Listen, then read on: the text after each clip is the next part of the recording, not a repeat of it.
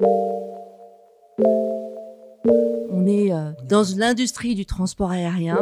Quoi qu'il se passe dans le monde, on est souvent très impacté. Et je dirais que le fait d'avoir vécu dans ces différents métiers opérationnels des crises géopolitiques, opérationnelles, sociales, ça prépare finalement à savoir ce qu'on peut faire derrière.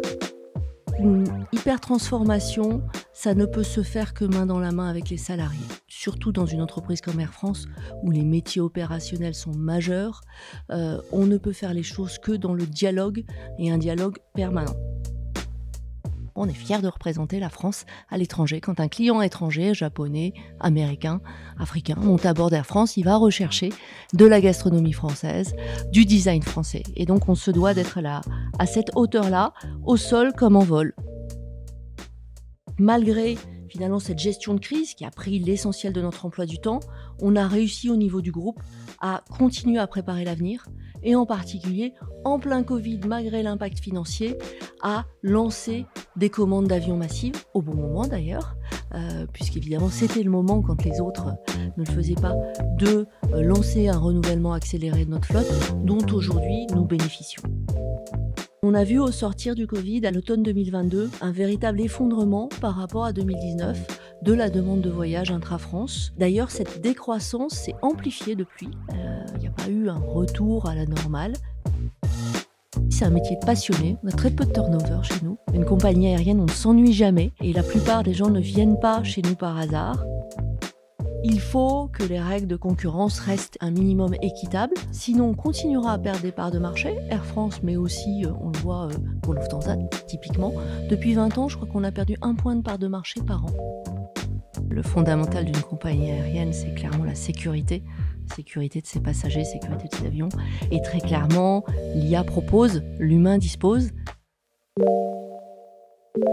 Bonjour à toutes et à tous, je suis Marc Landré et vous écoutez le podcast de l'hypertransformation by SIA, le premier podcast qui décrypte de l'intérieur les transformations technologiques, organisationnelles et sociétales des entreprises.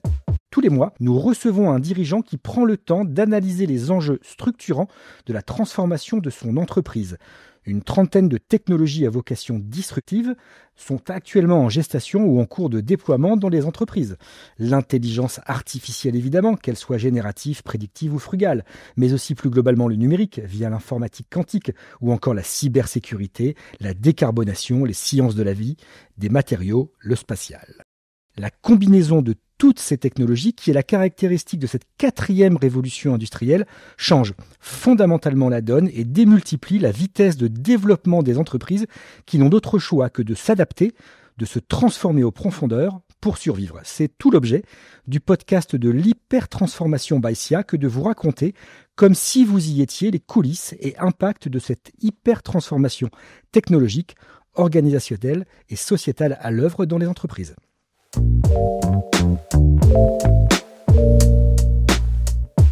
En ce mois de mai 2025, j'ai le plaisir de recevoir Anne Rigueil, la directrice générale du groupe Air France. Anne, bonjour et enchantée. Bonjour Marc, enchanté. On ne se connaît pas, donc on ne va pas faire semblant, on va se vous voyez naturellement. Est-ce que vous allez bien ? Je vais très bien. Alors en tout cas, je vous remercie d'avoir accepté mon invitation et de nous accueillir dans votre bureau chez Air France, à Roissy-Charles de Gaulle, pour l'enregistrement de ce 8e épisode du podcast. Alors Anne, vous avez 56 ans, vous êtes diplômée de l'école des mines et vous avez fait toute votre carrière chez Air France. Vous êtes rentrée en 1991, à l'époque c'était Air Inter, et avez occupé depuis tous les postes opérationnels sur le terrain ou en lien avec la relation client au sein de l'entreprise jusqu'en devenir la directrice générale en décembre 2018. Point important, vous êtes la première femme à diriger la compagnie depuis sa création en 1933 et je ne me trompe pas en affirmant que nul ne la connaît aujourd'hui mieux que vous.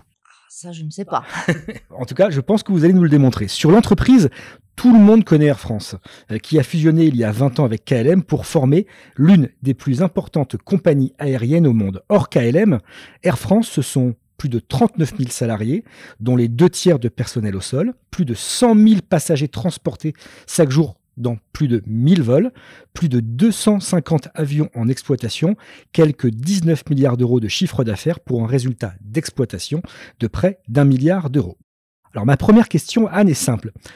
Quelle grande force tirez-vous de votre parcours de ces 34 années chez Air France? Vous avez occupé tous les postes opérationnels importants pour pouvoir piloter aujourd'hui les multiples transformations de la compagnie. Je pense justement le fait de bien connaître l'ensemble des métiers opérationnels, ça permet de bien connaître aussi la culture de chaque métier, la culture de l'entreprise. Ça permet de savoir ce qu'il est possible de faire dans cette entreprise et finalement de la conception. On a beaucoup parlé de transformation, d'un plan de transformation, d'une action de transformation, de pouvoir rapidement le relier à la faisabilité opérationnelle. Une force aussi, je crois, c'est d'avoir vécu quelques crises. On est dans l'industrie du transport aérien. Quoi qu'il se passe dans le monde, on est souvent très impacté. Et je dirais que le fait d'avoir vécu dans ces différents métiers opérationnels des crises géopolitiques, opérationnelles, sociales, ça prépare finalement à savoir ce qu'on peut faire derrière. Ça apprend la résilience? La résilience, clairement. Le stress, la gestion du stress, très certainement. Oui, bien sûr. Avant de rentrer dans le vif du sujet, quelle est votre définition, je dirais de manière expresse, de l'hyper-transformation chez Air France et quels sont schématiquement les principaux défis auxquels vous êtes confrontés aujourd'hui au quotidien comme directrice générale de la compagnie? Alors, quand le patron du groupe Air France KLM, Ben Smith, est arrivé mi-2018, on a réfléchi à la stratégie et clairement, la vision était de repositionner la proposition d'Air France, la marque Air France, et d'incarner finalement l'excellence à la française. Et pour faire ça, on s'est appuyé sur plusieurs fondamentaux. D'abord, le travail sur nos coûts pour pouvoir financer cette ambition extrêmement lourde et accessoirement, et pas accessoirement d'ailleurs, notre trajectoire de décarbonation. Qui coûte cher et sur laquelle on reviendra à la fin du podcast. Absolument. Le deuxième point très fort, c'était pour pouvoir effectivement représenter cette excellence à la française, avoir une attention à tous les détails de notre produit et une cohérence du produit, que le client finalement, quel que soit l'avion qu'il prend, le réseau, la route, la destination, finalement il ait un produit Air France qui soit à la hauteur de cette ambition. Et on n'était pas là en 2018, très clairement. Et puis, une conviction profonde, c'est qu'une hyper-transformation, ça ne peut se faire que main dans la main avec les salariés. Surtout dans une entreprise comme Air France, où les métiers opérationnels sont majeurs, on ne peut faire les choses que dans le dialogue, et un dialogue permanent. Et malgré, je dirais, ces années de très forte transformation, on s'est toujours appuyé sur notre patrimoine. Vous l'avez dit, on est né en 1933, on a 91 ans d'histoire derrière nous, beaucoup de fierté de ce que nous sommes, de ce que nous avons vécu, et très clairement, on s'est appuyé sur la force du patrimoine d'Air France.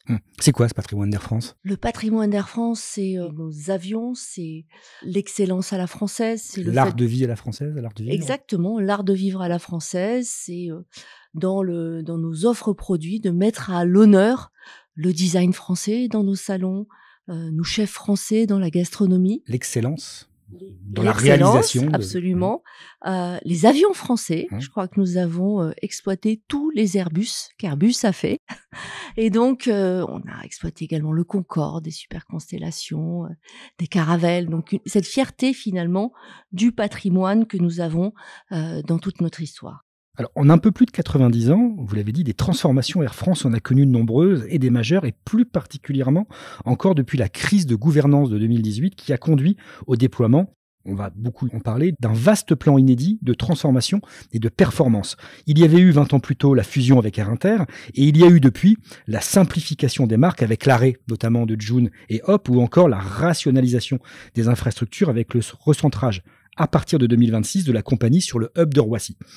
Quand vous regardez un petit peu tout ça, ces 90 ans d'histoire et en même temps la période plus récente, qu'est-ce qui, dans l'ADN et les forces de la compagnie, ont permis à la compagnie, à Air France, de se transformer en continu et surtout, je dirais, de ne pas disparaître comme d'autres compagnies, je pense à Paname ou à TWR, alors que l'entreprise avait été très fragilisée avant 2018, économiquement et socialement, par de nombreuses crises?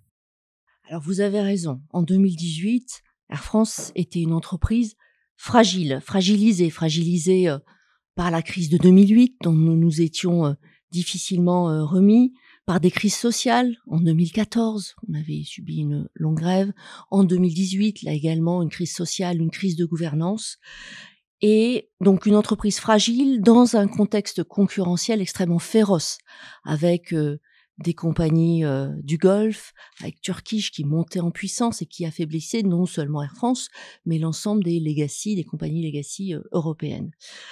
On avait, je viens de le dire, fixé un cap stratégique assez clair en 2019, dès l'arrivée de Ben Smith, avec cette ambition de monter en gamme au sol et en vol, et ça passait par une rationalisation de l'offre, je l'ai déjà dit.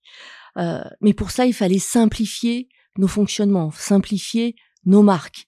Nos clients ne s'y retrouvaient plus entre la marque Air France, la marque Hop que nous commercialisions à l'époque, la marque Joon. Ils achetaient un billet Air France, mais ils se retrouvaient sur Joon. Donc beaucoup de questions autour de tout cela. Donc on a voulu simplifier les marques. Aujourd'hui, on a la marque Air France. Même si Hop reste une compagnie opératrice, nous avons arrêté Joon assez rapidement pour justement que ce soit clair pour nos clients. Et puis on a simplifié également nos flottes. On a décidé très vite, avant le Covid, nous étions les premiers à le décider, de sortir nos 380, des avions trop gourmands, je dirais, en kérosène, et puis d'aller vers une flotte plus simplifiée avec des avions de nouvelle génération. On a très tôt décidé de passer des commandes assez massives d'Airbus 220 en moyen courrier, d'Airbus 350 en long courrier, mais avec une vision d'une flotte très rationalisée, avec peu de modèles, pour que finalement les produits et l'offre soient relativement cohérentes. Nous avons également, pour permettre finalement cette ambition et puis assurer la durabilité de l'entreprise, travaillé sur nos coûts, toujours dans le dialogue, et avec plusieurs axes.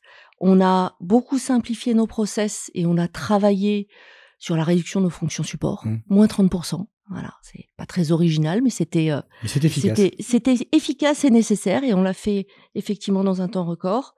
Et puis on s'est attaqué à nos foyers de perte. Et dans nos foyers de perte, on perdait encore en 2018-2019 plus de 200 millions d'euros par an sur notre réseau intra-France, le réseau qu'on appelle le réseau domestique.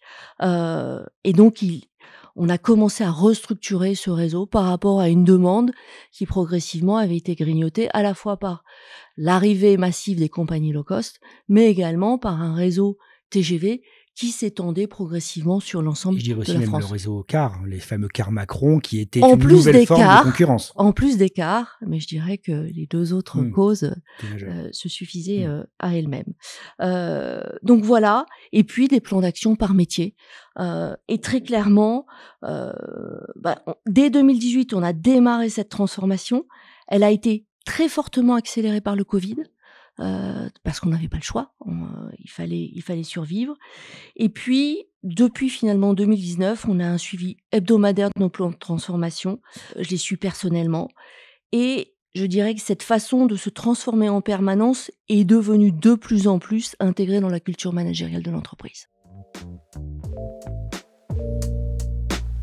Alors, il y a un autre point fondamental de transformation pour Air France, c'est la satisfaction d'une clientèle qui est devenue plus exigeante avec le temps et dans un contexte d'une concurrence, vous l'avez dit, qui est beaucoup plus féroce.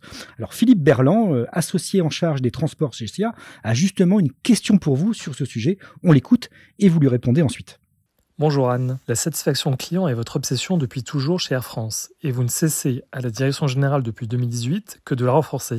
La montée en gamme, au sol et en l'air, la nouvelle classe, la première, dévoilée le mois dernier, les repositionnements produits, les nouveaux parcours du salon à l'offre et les services à bord. Comment cette stratégie client se concrétise-t-elle au quotidien ? Comment s'appuie-t-elle sur les atouts du patrimoine national et l'ADN de la compagnie ? Représenter la France à l'étranger. Quand un client étranger, japonais, américain, africain, monte à bord d'Air France, il va rechercher de la gastronomie française, du design français. Et donc, on se doit d'être là, à cette hauteur-là, au sol comme en vol.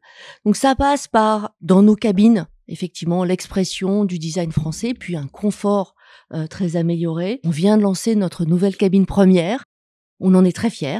Un beau retentissement. 3,5 mètres carrés par passager, 25% de plus qu'avant. Exactement. 3 mètres de long, 5 hublots, transfert en limousine, des Porsche hybrides, je précise, des salons à l'avion en intégrant les contrôles de sécurité, de douane et de police à Roissy. Enfin, c'est le luxe à la française. C'est le luxe à la française, c'est l'intimité, c'est voilà, c'est le rêve d'un voyage, je dirais, où il n'y a aucun irritant.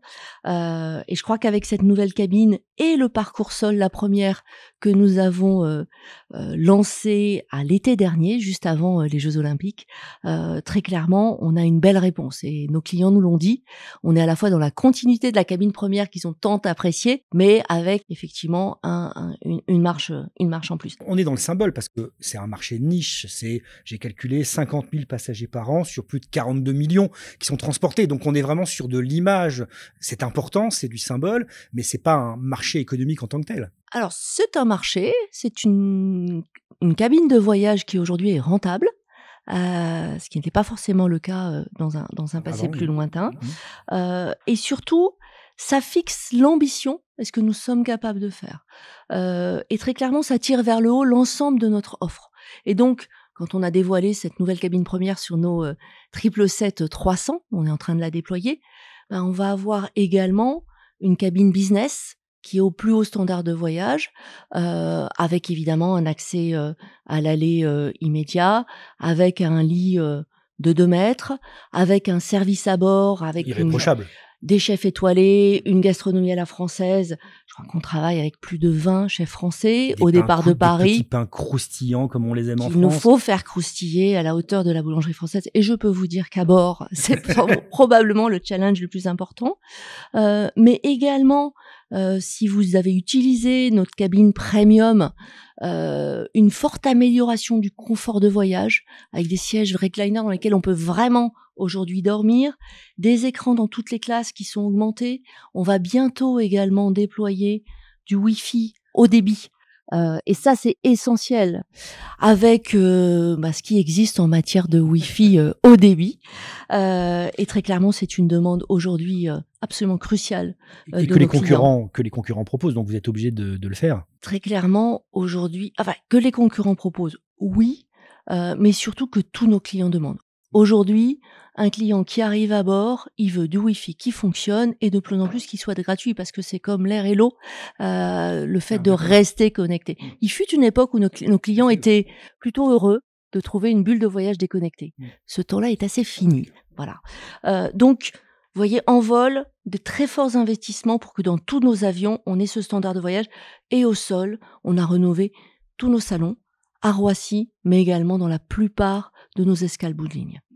Alors vous l'avez dit, ce plan de transformation et de performance lancé en 2018 et la montée en gamme de la compagnie se sont heurtés en 2020 à la plus grave crise que le groupe a connue depuis sa création en 1933, la Covid.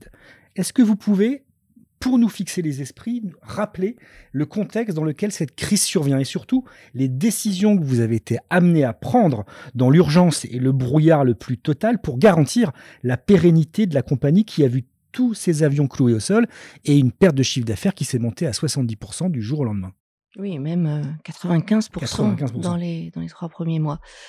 Alors, on avait défini notre plan de transformation, on avait lancé les premières actions, on était vraiment, on avait bien redémarré et patatras, effectivement, le 16 mars, confinement, fermeture des frontières, moins 98% d'activité, tout le monde à la maison. Je crois qu'on était quelques-uns dans un siège complètement vide, ce que beaucoup d'entreprises ont vécu. Donc un effet massif. On a été focalisé dans les premières semaines à rapatrier par tous les moyens, malgré la fermeture des frontières, les Français qui étaient éparpillés dans tous les coins du monde. Et puis on a également eu à cœur de participer au fait d'amener des masques avec nos avions cargo, avec nos avions passagers qu'on transformait en avions cargo pour cette occasion, des masques, des respirateurs, tout le matériel médical. Au-delà, je dirais, de cette urgence sanitaire, il a fallu finalement s'adapter aux ouvertures et fermetures de frontières qui changeaient tous les jours. Et donc beaucoup d'agilité dans la reconstruction de notre programme, reconstruction, redétricotage, quotidien, hebdomadaire, la recherche de finalement quelles sont les destinations sur lesquelles nos clients, qui étaient toujours quand même en demande après les 3 premiers mois, de pouvoir partir en vacances. Donc voilà, qu'est-ce qu'on pouvait leur offrir comme programme ? Donc on a développé Alors au début, ça a été beaucoup l'Europe du Sud, la Grèce, l'Espagne, les Outre-mer qui ont été un refuge finalement, mais également de nouvelles destinations loisirs. On a beaucoup développé le test and learn, on a ouvert Abuja, Zanzibar, le Costa Rica a été très à la mode à un moment. Donc finalement, beaucoup d'agilité que nous avons gardée. Ce que vous appelez de l'agilité plus plus. Oui, c'est pour nous, L'agilité au c'était carré. une des choses. On regardait notre programme sur une saison de plusieurs mois, on faisait des sous-programmes, mais là, on changeait tous les jours. Voilà, donc et puis une agilité aussi dans l'information à nos clients. Où est-ce qu'ils pouvaient aller, comment ils pouvaient faire leurs tests, si vous vous souvenez, c'était un casse-tête chinois. Et puis, il fallait survivre, parce que quand vous perdez brutalement, je crois que sur les 2 premières années, c'est 70% de chiffre d'affaires qui ont disparu.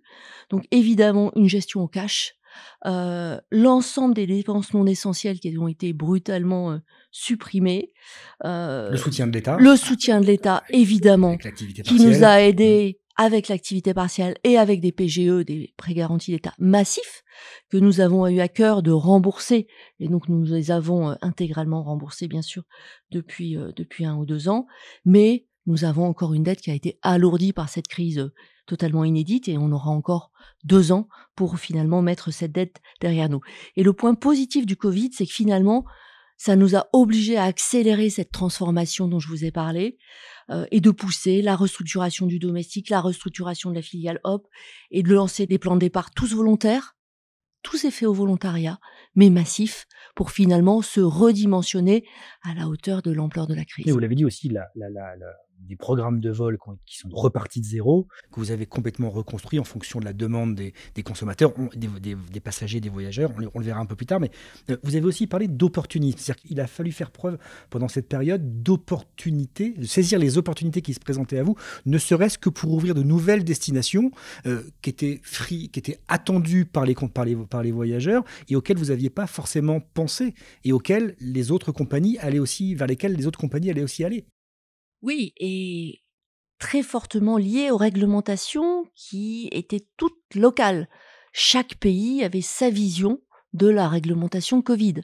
Et donc, il fallait chercher finalement les niches dans lesquelles on pouvait encore voler pendant cette période.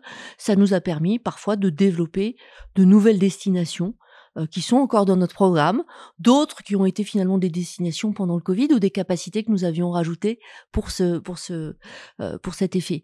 Et puis, une information permanente à nos clients de manière à ce qu'ils puissent connaître finalement ces destinations dans lesquelles ils pourraient finalement prendre un petit peu de repos. Parce qu'il reste des choses de cette période troublée. Vous avez gardé cette agilité, vous l'avez dit, cette capacité à réagir vite, à décider dans l'urgence.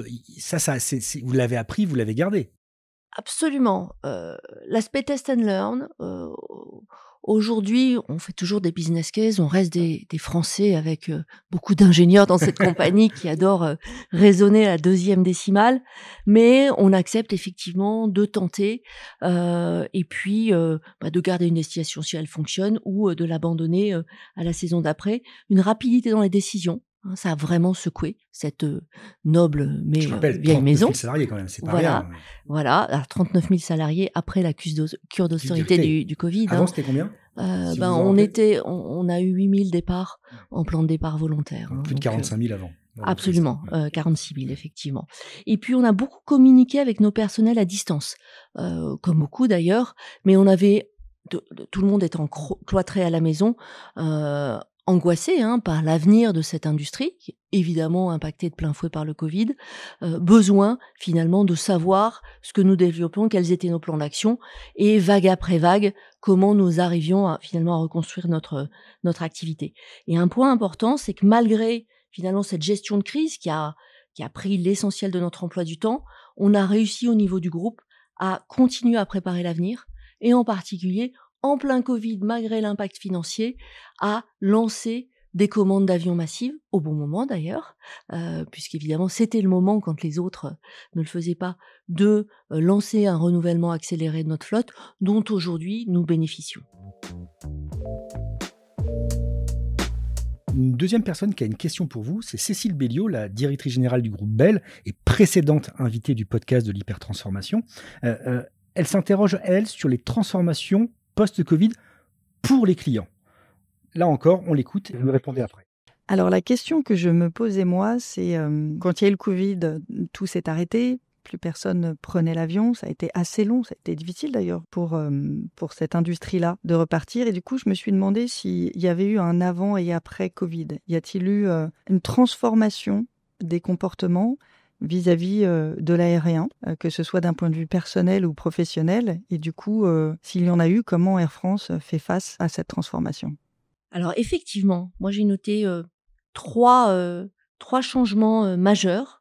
Bon, le premier changement, c'est une prise en compte qui ne date pas du Covid, mais qui s'est fortement amplifiée pendant le Covid, de l'environnement et de l'ambition environnementale, et pour nos clients, l'importance de travailler sur ce sujet de décarbonation qui est évidemment majeur et essentiel pour une compagnie aérienne. D'ailleurs, les prêts garantis d'État et le soutien de l'État étaient conditionnés à un engagement fort d'Air France sur des réductions de ses émissions, en particulier en intra-France. Vous vous souvenez sans doute qu'à ce moment-là, les vols de moins de 2h30 en intra-France, point à point, ont été supprimés. Donc l'Orly, Lyon, Bordeaux, Nantes ont été supprimés du jour au lendemain. Et puis on a vu une évolution majeure du comportement des clients, avec en particulier pour les entreprises le développement de la visioconférence. Oui. Donc moins de voyages d'affaires, moins de voyages professionnels. On ne vient plus à Paris pour une réunion de 2 heures, très clairement. Le télétravail également a impacté les déplacements. Et puis les entreprises, au sortir du Covid, vous vous souvenez sans doute des consignes de sobriété. On disait, et on le fait toujours, 19 degrés, 26 degrés. Oui. Mais également le fait de ne pas prendre l'avion pour des voyages qui peuvent se faire en train en moins de 4 heures. Et on a vu au sortir du Covid, à l'automne 2022, un véritable effondrement par rapport à 2019 de la demande de voyage intra-France. D'ailleurs, cette décroissance s'est amplifiée depuis. Il n'y a pas eu un retour à la normale. Aujourd'hui, on l'a mesuré récemment, on est à moins 50% sur la demande intra-France par rapport à 2019. On est même à moins 70% sur les allers-retours professionnels dans la journée. Donc c'est absolument massif. Et finalement, cela nous a amené à aller un cran plus loin dans la restructuration de ce réseau, ce fameux réseau domestique que nous avions déjà restructuré une première fois, avec finalement la concentration d'Air France sur le hub de Roissy-Charles de Gaulle, parce que la demande vers des destinations européennes où long courrier reste très importante, y compris depuis la province française. Et donc, on ramène nos vols domestiques vers CDG et on développe plutôt sur l'aéroport d'Orly notre filiale low cost Transavia, voilà, pour répondre finalement à ce changement de comportement majeur. Ça, c'est le premier. Le deuxième, c'est le développement d'une clientèle qu'on appelle dans notre jargon premium leisure. Donc, des clients qui vont voyager plutôt dans les cabines avant, qui vont plutôt se faire plaisir en voyage, mais qui ne voyagent pas pour des raisons professionnelles. Ils se font plaisir et quitte à voyager, autant bien voyager. Exactement. Ils voyagent moins aussi. Et donc, alors je ne sais, en tout cas, d'un point de vue volume, aujourd'hui, on a plus de 50% des clients qui voyagent en cabine première, en cabine affaires et en cabine premium, qui sont aujourd'hui des voyageurs pour raisons personnelles.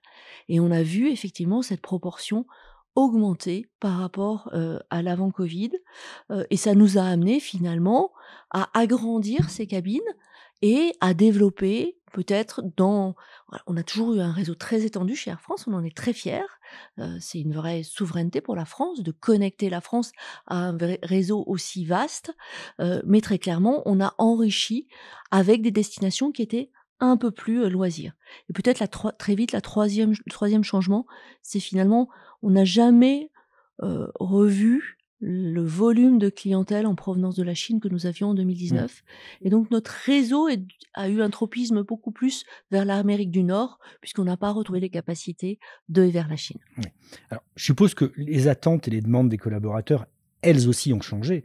Je ne vois pas pourquoi Air France aurait été épargnée par la vague de quête de sens ou de recherche de meilleur équilibre de vie pro, vie perso, même si on ne travaille pas, je pense, dans une compagnie aérienne par hasard. Je pense que la passion ou la vocation anime toujours les collaborateurs de la compagnie. Comment ça s'est traduit concrètement, ce changement de comportement? Alors, le changement de comportement, ça s'est traduit par beaucoup plus de questions, comme c'était le cas pour nos clients, sur l'engagement environnemental de la compagnie, sur nos actions, de la part des jeunes embauchés qui rentrent aujourd'hui chez Air France, mais également de la part des personnes qui, comme moi, ont de longues années derrière eux. Vous l'avez dit, c'est un métier de passionné. On a très peu de turnover chez nous. Une compagnie aérienne, on ne s'ennuie jamais. Et la plupart des gens ne viennent pas chez nous par hasard. C'est un métier qu'on fait 7 jours sur 7, 24 heures sur 24. Il n'y a pas de 1er mai, il n'y a pas de... Voilà, alors je vous rassure, il y a un 1er mai pour les personnels. Mais voilà, nos avions volent en permanence et nos métiers sont très opérationnels. Donc finalement, le télétravail est peut-être moins prégnant que dans certaines entreprises. En revanche, la quête de sens qui a toujours été présente. Moi, je suis rentrée dans une compagnie aérienne parce que ça relie les peuples, parce que je suis convaincue qu'un monde avec plus de voyages, plus de connexions est un monde, et malheureusement aujourd'hui, on voit que c'est très d'actualité, un monde qui serait moins en guerre, puisque avec plus de compréhension de l'autre et des autres cultures. Je crois que beaucoup de personnel d'Air France recherchent ça, mais la dimension environnementale et l'importance que nous accordons au renouvellement de la flotte, à l'achat de carburant durable, à notre partenariat avec le train, sont des questions et des sujets qui importent énormément à nos personnels. Des réponses apportées aussi au personnel, en quête d'un sens, notamment d'un sens environnemental. Absolument. Alors, j'ai l'impression que ce monde post-Covid est devenu beaucoup plus instable et incertain, et qu'il est beaucoup plus difficile de piloter aujourd'hui dans un tel brouillard une entreprise soumise à autant d'aléas. Je pense au ralentissement de la croissance du transport aérien post-élection de Donald Trump, par exemple, les risques géopolitiques et leur impact sur le coût de l'énergie. On l'a vu avec la guerre en Ukraine, la guerre tarifaire et commerciale lancée par le président américain, les obligations réglementaires et les hausses de taxes qu'on ne cesse de connaître, surtout pour une compagnie comme Air France, ou du moins en Europe, la recherche d'une rentabilité qui soit suffisante pour pouvoir financer son développement et son avenir, les investissements et les plans de transformation adaptés en permanence. Comment, en tant que patronne d'Air France, vous arrivez à arbitrer aujourd'hui entre cette réactivité à court terme que ces aléas vous oblige à avoir et cette prévision à long terme dans un contexte d'incertitude aussi élevé que vous devez manier? Comment on concilie ces deux, la réactivité et la prévision à long terme? Alors, difficile de répondre avec une réponse qui cocherait toutes les cases, mais vous l'avez dit, on arrive à un degré d'incertitude qui est maximal. Jamais connu. On pensait être arrivé à une forme de stabilisation post-Covid. C'est vrai que tout dernièrement, les incertitudes sur la demande impulsée par les différentes annonces en provenance des États-Unis ont rajouté à une incertitude déjà existante sur les sujets géopolitiques, où très clairement les problématiques de survol au Sahel avec des zones qui nous sont interdites. Aujourd'hui, on n'a pas le droit de survoler le Niger. D'ailleurs, je crois qu'Air France est l'une des compagnies qui a les plans de vol les plus réduits par sécurité par rapport à d'autres compagnies. Il y a des espaces que vous ne survolez pas là où d'autres compagnies vont. Il y a de plus en plus d'espaces qu'on a du mal à survoler, soit parce qu'on porte encore une fois le drapeau français sur notre dérive, soit pour des raisons de sûreté, des espaces interdits, très clairement. Donc aujourd'hui, les plans de vol sont de plus en plus compliqués. On a des vols qui se sont rallongés. Évidemment, vous avez en tête l'exemple des vols depuis le Japon, la Chine, qui ont pris plus de 2 heures de temps de vol depuis finalement la fermeture de l'espace russe. Mais aujourd'hui, on rajoute à cette incertitude clairement la guerre au Proche-Orient. Donc la desserte de Tel Aviv, de Beyrouth, qui doit être parfois adaptée. La desserte du Sahel, on a arrêté 3 pays aujourd'hui. Les tarifs douaniers qui nous impactent aussi, parce qu'on a une très forte activité de maintenance, donc sur les pièces détachées. Les problèmes de supply chain qui ne se sont pas réglés. Le Covid a déréglé toute la logique d'approvisionnement, à la fois pour les constructeurs, mais aussi pour nous, compagnies aériennes et notre maintenance. Et finalement, les tarifs douaniers rajoutent finalement une difficulté à ce sujet qui n'était pas finalement résolu. Voilà, donc il faut réussir à naviguer là-dedans. des taxes locales françaises qui, chaque année, amplifient la difficulté, finalement, de faire face à nos investissements massifs, en particulier pour la décarbonation et à nos renouvellements de flotte.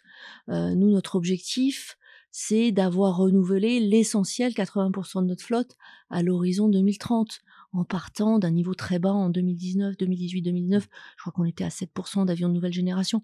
C'est essentiel pour les émissions, c'est essentiel aussi pour les parties prenantes autour des aéroports qui veulent moins de nuisances sonores. Et très clairement, il faut qu'on arrive à le financer. Et c'est vrai que chaque année, on a une taxe supplémentaire sur l'aérien qui rend ces ambitions encore plus compliquées. Je dirais aussi des réglementations européennes et nationales en matière environnementale qui rajoutent au coût des investissements que vous êtes obligés de faire pour essayer de les satisfaire. Tout à fait. Et ce que nous essayons d'expliquer, c'est qu'autant nous sommes très investis pour avoir une ambition environnementale qui soit, je dirais, bien généralement au-delà de ce qu'on voit dans l'industrie, en termes d'impact, de vitesse de réduction de CO2. Vous visez le net zéro carbone en 2050. C'est quand même pas rien. Oui, ça c'est l'industrie. Mais effectivement, on a une ambition de réduire de 30% nos émissions de CO2 en 2030 par rapport à 2019. Mais pour atteindre cette ambition, pour réussir à la financer, on a besoin dans une concurrence internationale extrêmement féroce, de jouer avec les mêmes règles, ce qu'on appelle level playing field. On a en face de nous Emirates, Qatar, Turkish. Ils n'ont pas les mêmes réglementations environnementales. Ils n'ont clairement pas de réglementation environnementale locale. Ils n'ont pas la réglementation européenne en matière d'emport de carburant durable, en matière. Et donc clairement, nous notre message, je dirais permanent, c'est de dire que il faut que les règles de concurrence restent un minimum équitables, sinon on continuera à perdre des parts de marché, Air France, mais aussi, on le voit pour Lufthansa, typiquement. Depuis 20 ans, je crois qu'on a perdu 1 point de part de marché par an.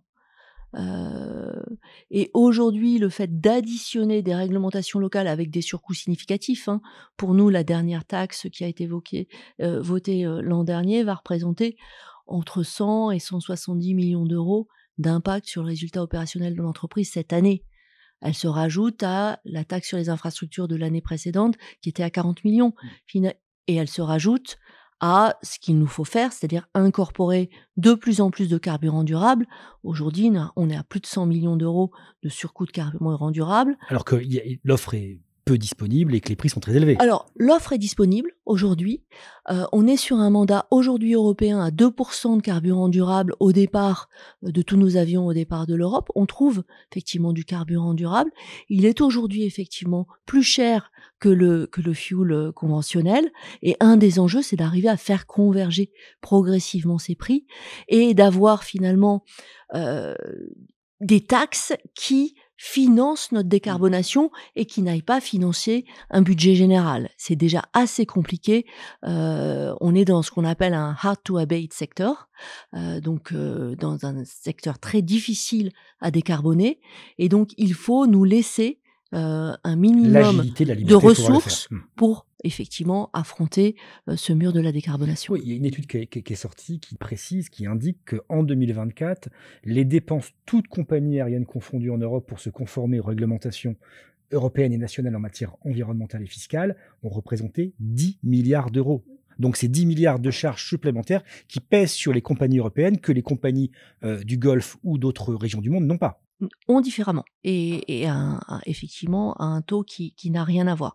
Et donc voilà, je pense qu'il faut qu'en Europe et en France, on réalise l'importance de maintenir cette concurrence équitable, c'est pas simple, et aussi l'importance, je crois que ça a été souligné dans le rapport Draghi en particulier, pour un pays d'avoir une connectivité importante au monde, l'importance pour son économie, pour sa liberté de sécurité, dépendre par exemple de compagnies du Golfe dès qu'on voudra aller dans un endroit du monde, dans un monde où finalement on voit bien les problématiques géopolitiques, c'est prendre un risque pour son avenir. C'est une question de souveraineté aussi. C'est totalement une question de souveraineté. Et Et vous disiez tout à l'heure qu'il y a d'autres contraintes qui sont des contraintes plus locales, plus territoriales. C'est notamment l'acceptabilité sociale par rapport à un mode de transport qu'on sait naturellement polluant, même si vous cherchez à le rendre moins polluant, mais aussi les fameuses nuisances sonores, avec en France des aéroports qui ont l'obligation de fermer à partir de telle heure pour éviter que les riverains en payent les conséquences, ce qui n'arrive pas dans les autres pays du monde. Comment on arrive à le gérer, ça aussi ? Alors pour nous, la bonne façon de le gérer, c'est justement d'accélérer les renouvellements de flotte. Et donc il y a des études d'approche équilibrée en France, je crois qu'il y en a 10, je pense qu'on a le record des études d'approche équilibrée, donc on les a sur 10 aéroports. Et c'est vrai que l'accélération du renouvellement de la flotte que nous avons décidé et donc qu'il nous faut pouvoir financer est la première réponse. Alors il y a d'autres processus, les descentes continues pour minimiser l'écopilotage, pour minimiser à la fois le CO2 et le bruit. C'est un peu comme quand vous conduisez en voiture. Et le carburant. Et le carburant, bien sûr. Mais très clairement, pour vous donner une idée, un avion de nouvelle génération, c'est 20-25% de CO2 en moins par rapport aux avions d'ancienne génération. C'est aussi entre 40 et 50% de bruit en moins. Donc l'impact sur les nuisances est massif. Donc très clairement, c'est la première réponse, c'est la meilleure réponse. Il peut y avoir d'autres décisions, mais il faut garder en tête qu'il faut effectivement laisser aux compagnies la latitude de renouveler leur flotte le plus vite possible. Et la latitude financière de pouvoir acheter des avions de nouvelle génération qui vont consommer moins, avoir moins de nuisances sonores, qui vont permettre de mieux interagir dans leur écosystème. Absolument. Alors, il y a une petite tradition que j'ai dans ce podcast, c'est sur l'intelligence artificielle. Je fais poser la question par une intelligence artificielle. Je m'explique. On a chez SIA une intelligence artificielle générative qui s'appelle SIA GPT Next, que je renseigne sur l'ensemble des transformations de l'entreprise, et je lui demande, si tu avais une question à poser aux dirigeants, quelle serait-elle ? Et donc là, c'est Nicolas, je précise que c'est aussi une voix artificielle, qui vous pose cette question sur la transformation liée à l'intelligence artificielle chez Air France. Air France a été précurseur dans l'utilisation des données dès 1958 avec son département de recherche opérationnelle. Aujourd'hui, avec plus de 80 projets d'IA générative en cours, comment voyez-vous évoluer la relation homme-machine dans les différents métiers d'Air France ? Alors effectivement, l'intelligence artificielle est bien renseignée. On a historiquement un département de recherche opérationnelle qui est au cœur de toutes nos réflexions. Les compagnies aériennes, c'est le paradis de ceux qui cherchent à optimiser, parce qu'on a un tas de données et on essaie effectivement pour redorer nos marges qui sont traditionnellement faibles dans le secteur, d'optimiser absolument tout ce qu'on peut optimiser. On avait commencé avec l'intelligence artificielle classique, avec la maintenance prédictive, qui prédisait qu'on aurait telle pompe qui pourrait tomber en panne sur le 380. On avait commencé par le 380 à l'époque. Et donc, on faisait l'opération de maintenance juste avant la panne prédite, et ça nous a beaucoup aidé. On travaillait, on a énormément de rapports de vol écrits par nos personnels navigants. Et donc, on avait utilisé aussi de l'intelligence artificielle pour trier et remonter les sujets les plus prégnants qui étaient cités par nos personnels navigants commerciaux et pilotes. Mais aujourd'hui, c'est vrai qu'on a tout un boulevard qui est ouvert par l'IA générative. Et donc, beaucoup de projets, la plupart des projets étant finalement du soutien à l'humain. On a, je vais vous donner quelques exemples pour nos mécaniciens. On a une grosse activité de maintenance chez Air France. Il y a toujours Charlie. Voilà, donc on a le projet Charlie, vous êtes bien renseignés, pour permettre finalement à un mécanicien de trouver immédiatement le numéro de pièce dont il a besoin dans, je dirais, des documentations qui sont extrêmement volumineuses. Alors toujours avec la source qui apparaît de manière à être sûr qu'on utilise bien le bon part number. Donc ça, c'est pour la maintenance. Pour les agents d'escale, pour pouvoir renseigner les clients, avoir notre intelligence artificielle privative, on l'appelle Thalia, hein, de ce petit nom chez nous, pouvoir utiliser, digérer toutes les procédures et donc renseigner très rapidement le client quand on a une question, plutôt qu'aller fouiller là aussi la volumétrie de la documentation. Et puis pour exploiter les très nombreuses remontées de nos clients, puisqu'on demande évidemment à nos clients de s'exprimer sur leur voyage.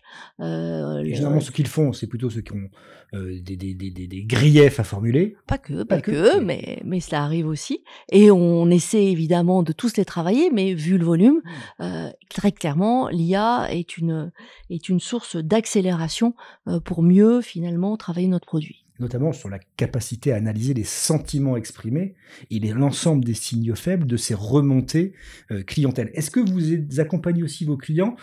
J'ai entendu parler d'un dispositif qui s'appelle Ma Trip Assistant pour faire des réponses personnalisées à partir des numéros de dossier par rapport à des demandes qui sont spécifiques chez du voyageur.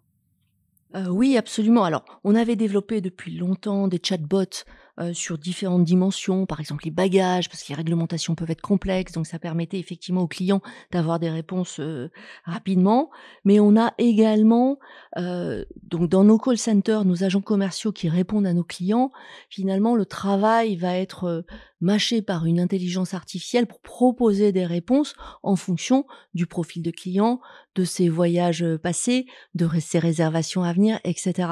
Donc ça accélère finalement la réponse client, ça facilite le travail de l'humain, mais chez Air France, l'humain reste quand même en pole position, et je l'ai dit au début, toute notre transformation, on l'a fait main dans la main avec nos personnels, et clairement, nous ne rechercherons pas l'IA pour l'IA, nous recherchons l'IA comme aide, évidemment, c'est un moyen, à nos agents frontline. Outil, c'est pas une finalité en soi. Absolument. Nos pilotes, d'ailleurs, je l'ai pas cité, utilisent de l'IA depuis longtemps pour pas prédire, mais pour leur proposer des trajectoires de vol qui seront moins consommatrices en fuel.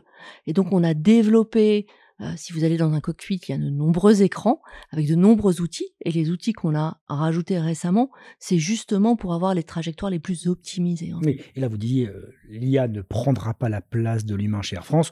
On comprend que dans un cockpit, s'il y a une aide, une assistance au pilotage ou à la conduite, ça ne peut pas prendre la place du pilote ou du copilote pour pas laisser la machine conduire, piloter un avion où il y a 300 à 400 passagers dedans.